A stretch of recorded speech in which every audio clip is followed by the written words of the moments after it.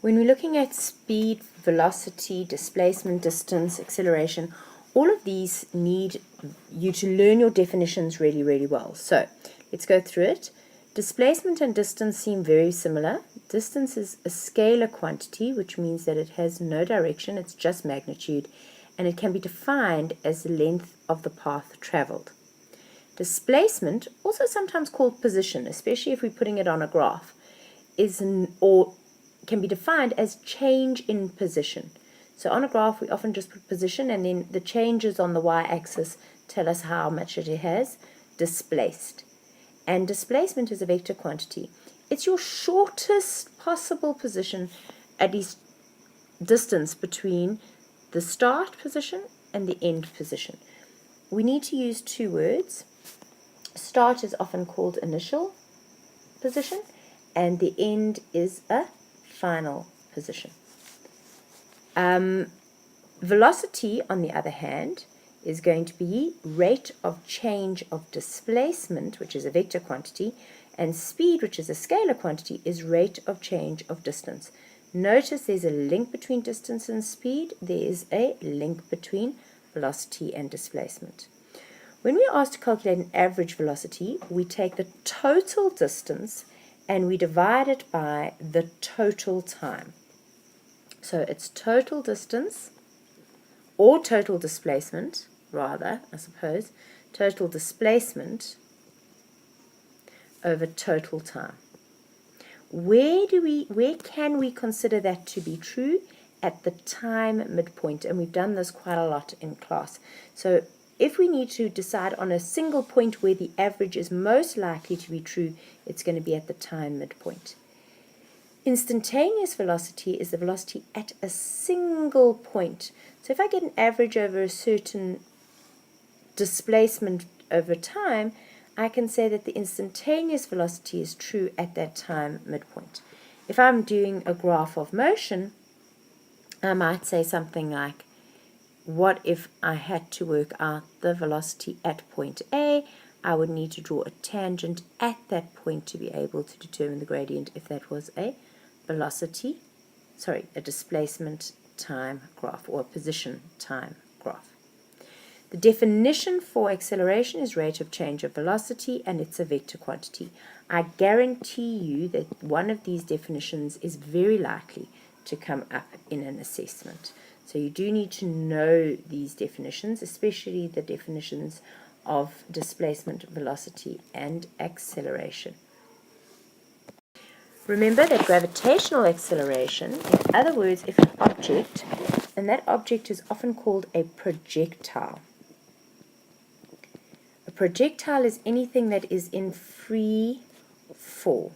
Most of the time we're not going to worry about something called terminal velocity, but in some examples we might. But let's think about an object that is thrown upwards with a starting velocity, and it goes up to point X, stops, and comes back down again.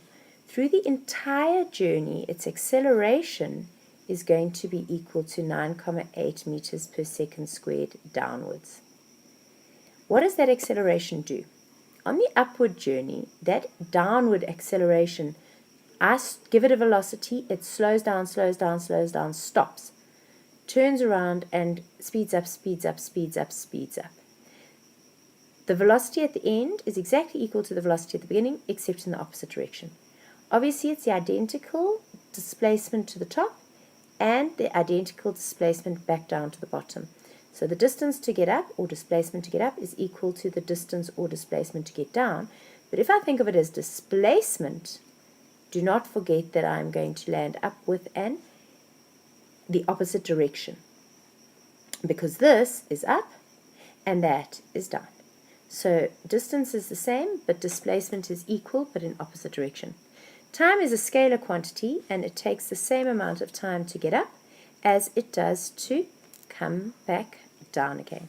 What if I had to draw some graphs to illustrate some of these values? So the first one is a acceleration time graph. Let's do the easy one first.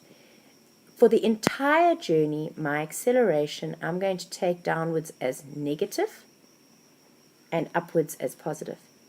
negative 9,8, and I would have put meters per second squared, and I would have put seconds, and it stays exactly constant. It doesn't matter if I'm going up or down, the acceleration does not change. But what is going to happen when I have got a velocity time graph? The velocity, I'm going to say going upwards is positive, so it starts off going up. In the time that it's going up, it slows down. The velocity gets less and less until it reaches 0. And then it is going to, and by the way, this is meters per second. Be very careful of these units. Acceleration, meters per second squared. Velocity, meters per second, time, seconds. And then it continues with the identical acceleration. Notice this is one straight line. What do we get from the gradient of a velocity time graph? The acceleration. So it has to be constant because through the whole journey it's negative 9,8. Notice the negative slope of this particular line, and then what we would have is if we were to measure the displacement there and there, we would land up with 0. Why? Because we landed up at exactly the same point at the end. What if I need to draw a position time graph for this particular motion? So what am I going to do? I'm going to say displacement in meters, and then we're going to go with time, and what happens is I make steady progress. Upwards is positive, so I keep going up, up, up, up, up. Notice I'm slowing down, so my gradient gets less and less until I stop and come back down again, exactly the same thing. My gradient is changing. Watch what happens to my gradient. Steep, lots of velocity that I give it. Less steep, stationary at the top of the projectile, and then my gradient gets steeper and steeper as I come back down. Don't forget, you need to be able to convert units. So if I'm going 90 kilometers per hour, what is that? That is 90,000 meters. How do I do that conversion? I say 90 kilometers into meters. So what happens with the unit? A kilometer is big, a meter is small. So what's going to happen with the number? It will go from small to big.